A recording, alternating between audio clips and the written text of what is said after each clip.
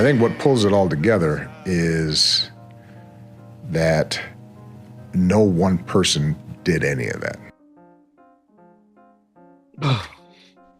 So he's sitting around on a June Thursday thinking about himself and his glory days. And to your point, Smug, I'm starting to warm up to Michelle Obama's POV. I mean, like, what does he do? Shocking admission about the state of his marriage to Michelle. Go a little bit low, Rob, if you could. So everybody's wondering, like, you weren't there, Jimmy Carter funeral, you weren't there, Trump, and Michelle I'm talking about. And then you start a podcast with your brother. Barack Obama makes shocking Michelle Obama. I was in deep deficit with my wife. He told Tepper, conversation Thursday. So I've been trying to dig myself out of that hole by doing occasionally fun. This secret had been buried for years until everything suddenly exploded when Megyn Kelly and Patrick Bet-David teamed up like a political demolition crew, taking a flamethrower to Barack Obama's carefully crafted legacy. From mysterious mansions to eyebrow-raising interviews, nothing was off limits. Let's just say Obama didn't see this tag team takedown coming, and now chaos has erupted in liberal circles. There are moments that'll make you laugh, others that'll leave you shocked. And after this, you'll probably never look at a Netflix deal the same way again. How about the women who actually were the victim of repression and violence in Israel? No words for them. Former President Obama, nothing to say about the children being murdered in Israel. So far, I guess he couldn't find time to actually use his little thumbs and tweet something. Obama's second term, he did none. Obama's first term, I think he did one. And Bush's first and second term, he did none on day one. This guy's come out the gates. One moment he's talking to World Economic Forum. Another second you're looking at him, he's talking to California, chewing out, Bass and Mayor Bass and talking to the folks there. Next minute he's in Vegas talking about no tax on tips. Next minute you're seeing him talking to military folks. Next minute you're seeing him on the... Just when we thought we'd seen everything there is to see about Obama, things took a wild turn faster than him trying to bowl a strike with a 2-pound kiddie ball. Behind that polished press conference smile and Ivy League charm lies a man who somehow managed to turn hope into a beautifully curated Instagram aesthetic. Yes, the same man who gave us drone strikes, indefinite detentions, and tailored designer suits is now being politely dismantled by people armed with podcasts and receipts. Crushing it on the tariffs, foreign policy, just got nominated for the Nobel Peace Prize. If not Trump, then who? Honestly. Barack Obama got the Nobel Peace Prize after 9 months in office. He had done nothing. He gave a nice speech about Muslims and they gave it to him. Let's be honest, if Barack Obama were any more of a brand, he'd come with a QR code and a Starbucks loyalty card. This is the guy who inspired an entire generation to vote, only to quietly redefine change as the same old politics, just with better lighting. He could talk about universal health care for 45 minutes straight and still somehow end the speech by handing you a brochure for Blue Cross. At Jimmy Carter's funeral certainly raised some eyebrows, but yesterday's announcement that she won't be attending Trump's inauguration confirms something is definitely going on between her and Barack. She said whispers about cracks in their relationship have been circulating in D.C. for over a year now, but this feels like the first public proof of a marriage on the rocks. The question now isn't if, but when. If I had to guess, they will wait until after the inauguration to announce it. Timing, is everything. And yet the story doesn't end there. For months, I've heard Jennifer Aniston's name. Patrick Bet-David and Megyn Kelly didn't just pull punches, they showed up swinging with intellectual brass knuckles. Because let's be honest, the Obama glope wasn't really about transformational leadership. It was about mastering the art of being the most charming disappointment of our time. He didn't drain the swamp. He drained the public's expectations and filled the void with Netflix deals, influencer energy, and elite approval. I wouldn't look at Obama one way or another. I would simply say, I get it. It's tough. Good, God bless. And don't forget, they were young presidents. They weren't old presidents. Yes. So it's a difference when you're a young president. When you're a young president getting out and you're a star power, like Netflix showing everywhere he goes and da-da-da-da-da, it's a different kind of a life. This is the guy who promised transparency in government, yet ran an administration so tightly controlled it made the CIA look like an open group chat. His idea of accountability. Letting Wall Street executives walk free with nothing more than a stern glance and maybe a complimentary cocktail at the next elite fundraiser. More fuel on the fire that there's a potential maybe a divorce or some sort of rockiness going on in the Obamas' relationship. They both posted these mirrored, very choreographed Valentine's Day messages on X, but he was just seen at an LA, the basketball team, the Clippers, thank you, game without her. And then on Tuesday, he was spotted eating out at a fancy dinner in Sherman Oaks with both daughters, Malia and Sasha. But again, let's not even start on the Nobel Peace Prize. You know you're living in satire when a man wins it before completing a single shift on the job. That's like giving someone Employee of the Month just for showing up to orientation with a charming smile. Obama was literally rewarded for existing perhaps the most Obama thing ever. Meanwhile, his foreign policy looked less like strategy and more like a blindfolded toddler swinging at a piñata. Syria, oops, Libya, double oops, Iraq. A full-blown oops casserole with drone strikes on top and polished PR on the side. Remember the infamous red line in the sand? It quickly faded into a polite suggestion, followed by awkward silence and a backpedal worthy of Olympic gold. Obama's foreign policy was essentially a masterclass in speaking softly, handing the stick to someone else, and blaming Bush when things exploded. Domestically, he entered office with a supermajority and still treated Congress like a magic 8-ball. Can we pass meaningful reform? Shakes Congress reply hazy. Try again later. It's like he believed in bipartisanship so much, he forgot he was elected to lead. What is the process of Nobel Prize? If he's able to do that, who nominates? Because most of the Nobel winners are on the left. Nobel Prizes, you can go look this up, are given through an arcane nomination process, and they go into a back room and they decide who they're going to give it to. And the Nobel Peace Prize is basically a political football. You look around the world at people that have really caused peace, and you have Obama made a couple speeches as soon as he was inaugurated in 2009. Oh my goodness, we give it for fostering an environment of peace. He didn't do anything. He was the king of long-winded speeches that left people feeling moved and then confused. Obama loved to toss around phrases like the arc of history and the audacity of hope.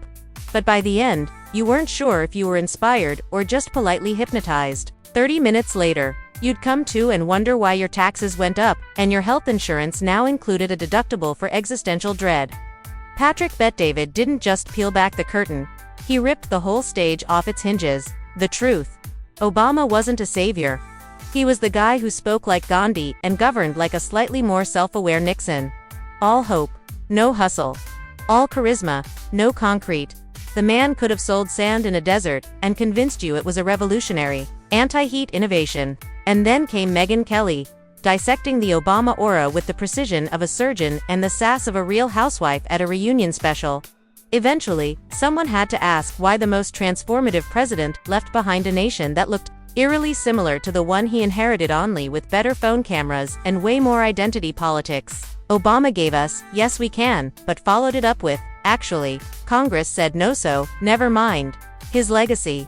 A political IKEA manual, confusing instructions, missing pieces, and somehow still more expensive than anyone expected.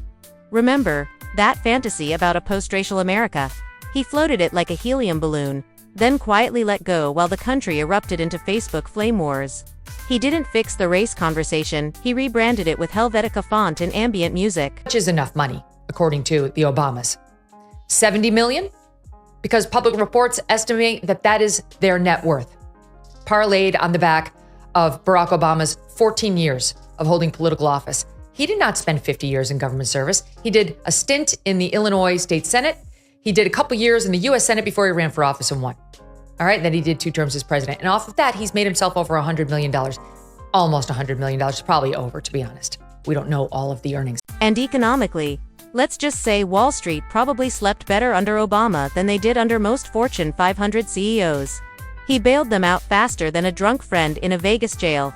Meanwhile, Main Street got a hang in their poster and maybe a commemorative coin if they were lucky. His economic recovery plan should have come with a disclaimer. If you're rich, congrats. If not, best of luck. Obama was the first president who made people feel like everything was changing. Even as everything quietly stayed exactly the same, his presidency ran like a TED Talk, big on vision, light on follow-through, and always with sleek visuals. And when things started to go sideways, he'd retreat into that signature cool demeanor, like a guy who just set the kitchen on fire, but calmly asks if anyone wants marshmallows. No urgency, just vibes. His real superpower was saying everything in a way that sounded profound until you realized he'd just spent 10 minutes talking and hadn't actually said anything. A philosopher trapped in a bureaucrat's body passionately pushing change in public while quietly negotiating with lobbyists behind closed doors.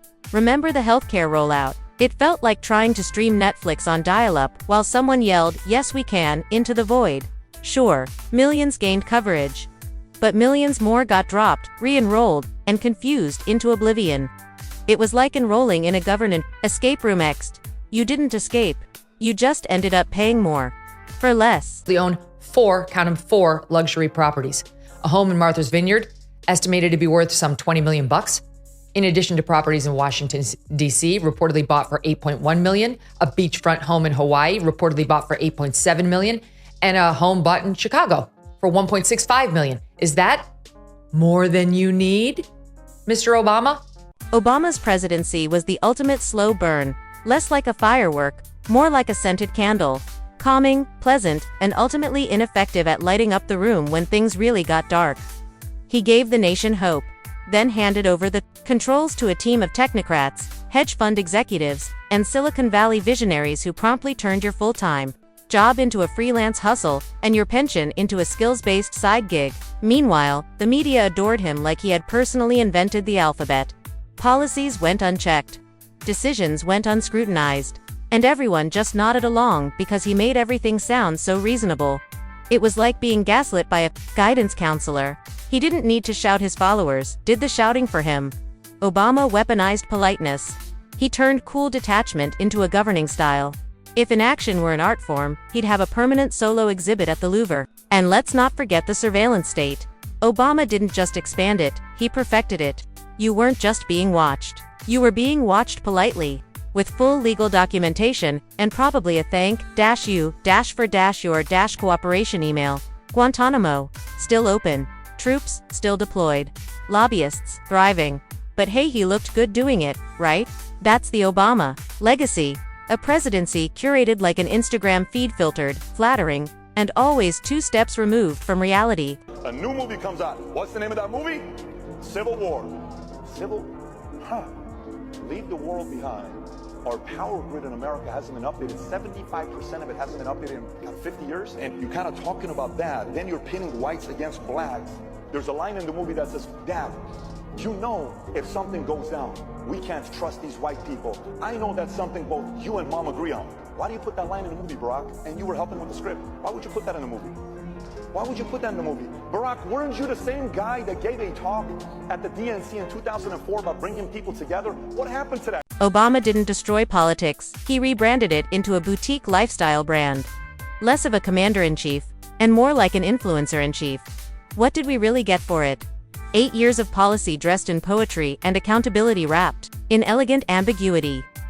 By the time he left office, he had mastered the art of governing by suggestion. Nothing was ever his fault. Everything was always complicated. And somehow, every issue ended up on someone else's desk. He could have presided over a zombie apocalypse and blamed it on outdated CDC procedures. Meanwhile, Patrick Bett and Megyn Kelly weren't being harsh, they were being accurate. Obama's true legacy. Convincing half the country that being calm and articulate is the same thing as being effective. As if speaking in a soft voice with multisyllabic words would magically fix the economy and make Russia stop annexing countries. His crisis playbook was always the same. Issue a polished statement, express vague concern, and proceed to do almost nothing. He ran the presidency like a Bluetooth speaker's smooth sound, no strings attached. And just when you needed it most, connection lost. And while his fans still idolize him as a political messiah, they tend to gloss over the uncomfortable facts. He expanded drone warfare, gave the NSA free rein over citizens' private data, and deported more people than any president before him. But hey, he wore a tan suit and didn't tweet in all caps, so that made it okay, right? To seize this moment, we have to use technology to open up our democracy. It's no coincidence that one of the most secretive administrations in our history has favored special interests and pursued policies that could not stand up to the sunlight. As president, I'm going to change that. We will put government data online in universally accessible formats. I'll let citizens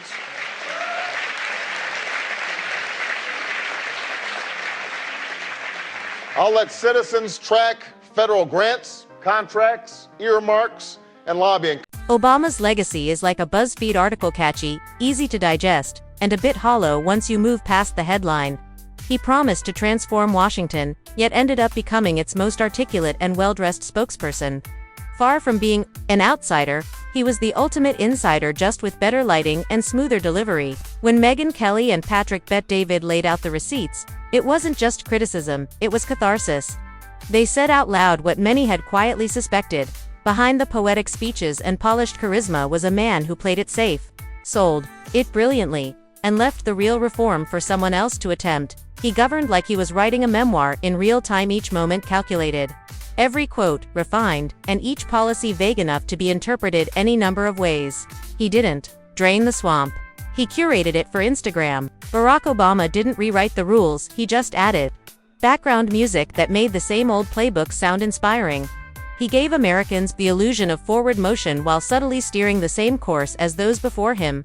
And by the time he left office, the very system he vowed to disrupt was even more entrenched. Only now, it wore designer suits and had better social media. Hope, as it turned out, wasn't a strategy, it was a vibe. Now, as more voices speak without the filter of media worship or nostalgia, the uncomfortable truth becomes clear. Barack Obama wasn't a revolutionary. He was the most charismatic salesman the status quo ever hired. And America bought the pitch not once, but twice. You just said with the right initiative, and unfortunately, that initiative hasn't been forthcoming. And as a consequence, what's happening is, here's what's happening to ordinary families. Because I know one of those boxes was, how does this affect you? The average family has seen their premiums double in the last 9 years. Costs for families are going up 3 times faster than wages. So if you're happy with your health care right now, and many people are happy with their health care right now, the problem is 10 years from now, you're not going to be happy because it's going to cost twice as much or 3 times. Twice. We bought it twice like suckers at a timeshare pitch with free hors d'oeuvres and no exit strategy. And while the country clapped along like it was an encore at Coachella, Obama quietly signed off on policies that would make Big Brother blush and had Wall Street bursting into spontaneous jazz hands. He didn't just maintain the establishment, he dressed it in a tuxedo, handed it a TED Talk, and made everyone feel good about being politically catfished.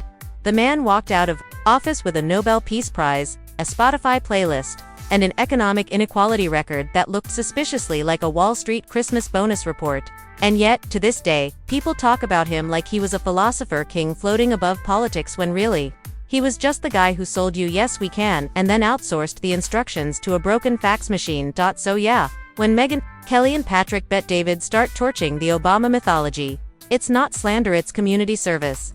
Because at some point, someone had to pull back the curtain and admit that behind the poetic speeches, curated playlists, and presidential swagger was just another politician, smiling while the swamp got deeper.